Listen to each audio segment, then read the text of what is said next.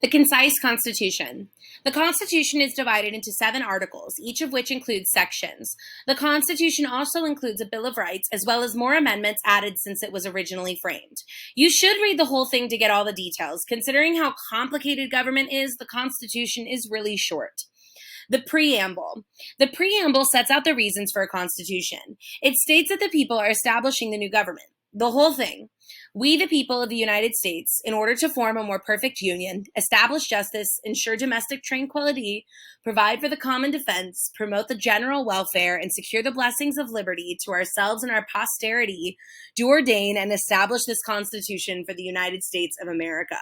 Posterity are future generations. Also, fun fact, I know that by heart, so sorry if that was read a little weird. The Articles. Article 1 describes the legislative branch. The legislature of the United States is bicameral, the House of Representatives and the Senate.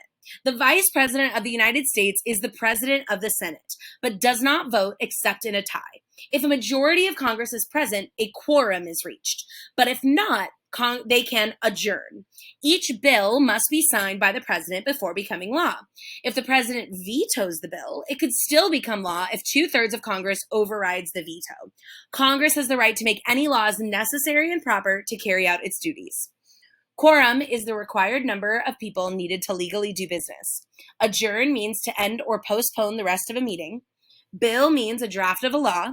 Veto means to cancel the actions of another branch of government. Override means to set aside or overturn. Article 1, Section A18, which is the necessary and proper clause, is also known as the elastic clause because it gives Congress the ability to stretch its powers. Before the Constitution, government positions were unpaid, and this favored wealthy people who could afford to work for nothing. The Constitution says that congressmen are paid a salary out of the Treasury, which is important because when that wasn't the case, government attracted only wealthy people. Section 8. The powers of Congress are levying taxes and tariffs as long as they are uniform throughout the states, paying debts, borrowing money, regulating commerce with other countries between states with Native Americans, deciding how people become citizens, minting money and regulating it, punishing counterfeiters, making a post office, regulating copyrights, establishing federal courts inferior or lesser than to the Supreme Court, punishing crimes against international law, declaring war, raising an army or navy and paying them, summoning militias, regulating law in the District of Columbia, and making any other laws necessary and proper to do all of that. Section 9.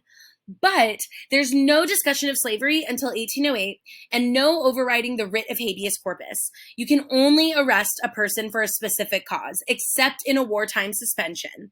No passing a bill of attainder, which is a law targeting one person or a group without a trial. No passing an ex post facto law, which is a law that applies to people who broke it before it was written.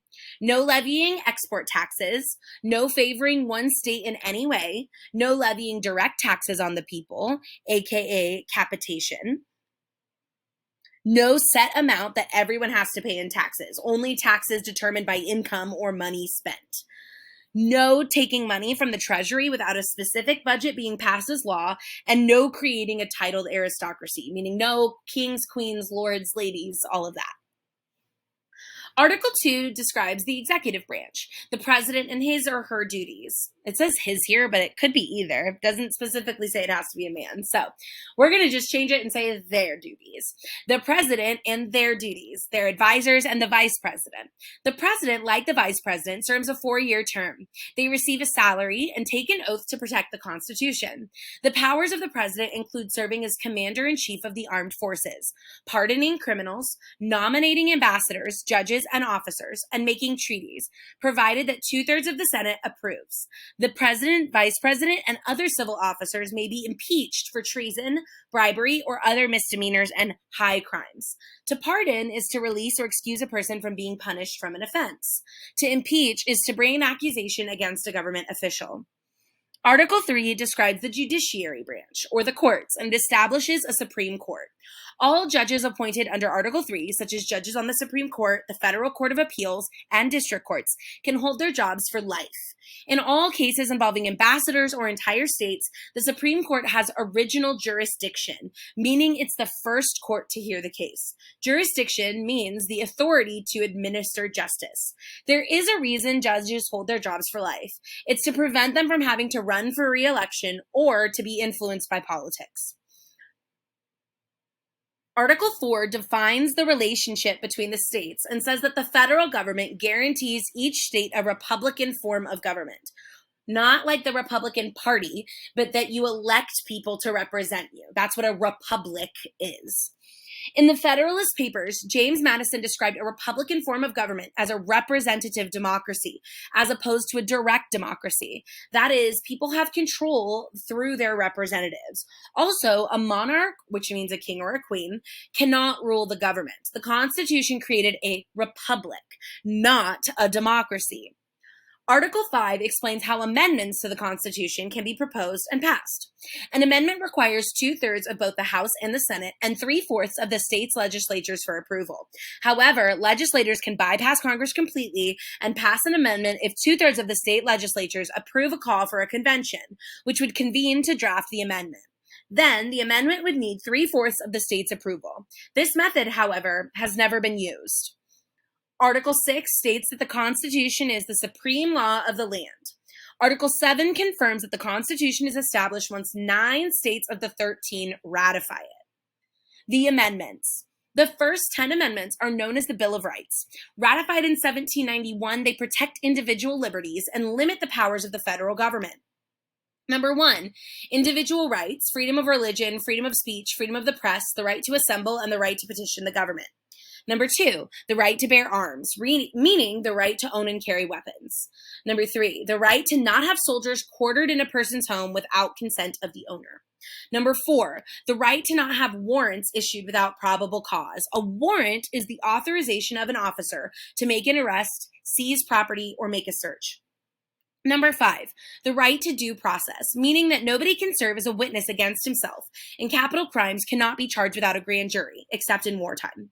Number 6, the right of the accused to have a speedy and public trial by jury, to know what crime they are charged with, to confront witnesses against them, and to be represented by a lawyer.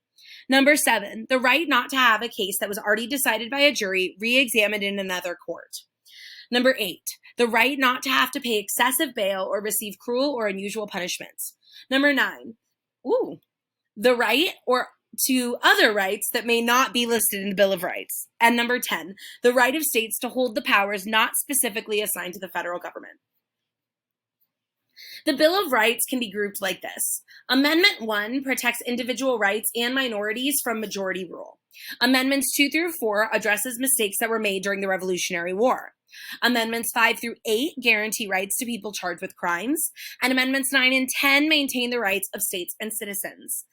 Following the Bill of Rights, the other amendments were made to the Constitution. There are currently 27 amendments in total. Remember the main principles of the Constitution: popular sovereignty, limited government, separation of powers, checks and balances, federalism, republicanism, and individual rights. You can memorize these principles and the fact that Rhode Island was the last state to ratify with this mnemonic device. Please let's sign constitutions faster, Rhode Island.